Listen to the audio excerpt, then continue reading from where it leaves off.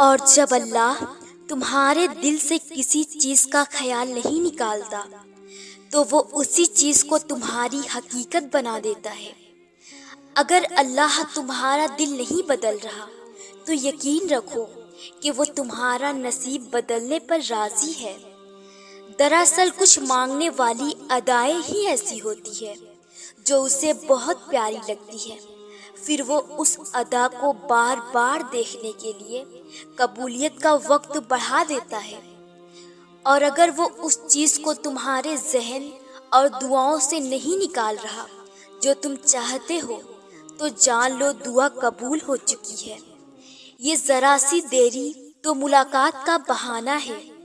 جس پکار کو وہ ہر دفعہ تمہارے منہ سے سننا چاہتا ہے، پھر بھلا وہ اسے کیسے رد کر سکتا ہے؟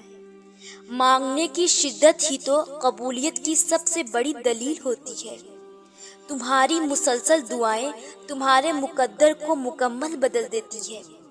جب اللہ کو تمہارے مانگنے کا انداز پسند آ جاتا ہے نا، تب وہ دینے میں ذرا سی تاخیر کر دیتا ہے تاکہ تمہاری آواز اسے بار بار سنائی دیتی رہے۔ اور پھر اگر تم ایک ہی دعا بار بار مانگ رہے ہو تو جان لو کہ تم سفر میں ہو۔ ابھی جانتے ہو کون سے سفر میں؟ کن کے سفر میں۔ یہ کن کے جستجو جو تمہارے دل میں آئی ہے، اور اس کو پانے کے لیے جو سفر تم کر رہے ہو وہ ہے کن کا سفر۔ تمہارا دل تھک چکا ہے مگر یہی کہہ رہا ہے کہ تیرا رب کن فرمائے گا ایک نہ ایک دن ضرور، اور تیری زندگی ضرور موڑ دے گا۔ غموں سے ایک دن نجات ضرور مل جائے گی۔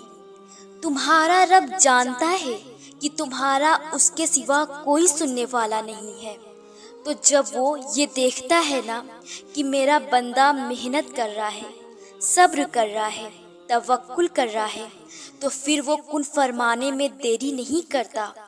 اور تم جو یہ سفر کر رہے ہو اس کی منزل صرف کن ہی ہوتی ہے۔ شرط بس یہ ہے کہ اس راستے پہ تمہیں بھٹکنا نہیں ہے، رکنا نہیں ہے، چلتے رہنا ہے، اور کسی سے راستہ نہیں پوچھنا کہ یہ راستہ صحیح ہے یا نہیں۔ لوگوں کی مدد مت لینا، بس چلتے رہنا اپنے رب پہ توکل رکھ کر کہ ہاں میرا رب مجھے جہاں لے جا رہا ہے یہی کن کی طرف کا راستہ ہے۔ اور پھر جب وہ مانگنے کی توفیق بار بار دے رہا ہے تو کیا یہ تمہیں قبولیت کی پہلی نشانی نہیں لگتی؟ بس سب کچھ ہو جائے گا، اپنے رب پر یقین رکھو۔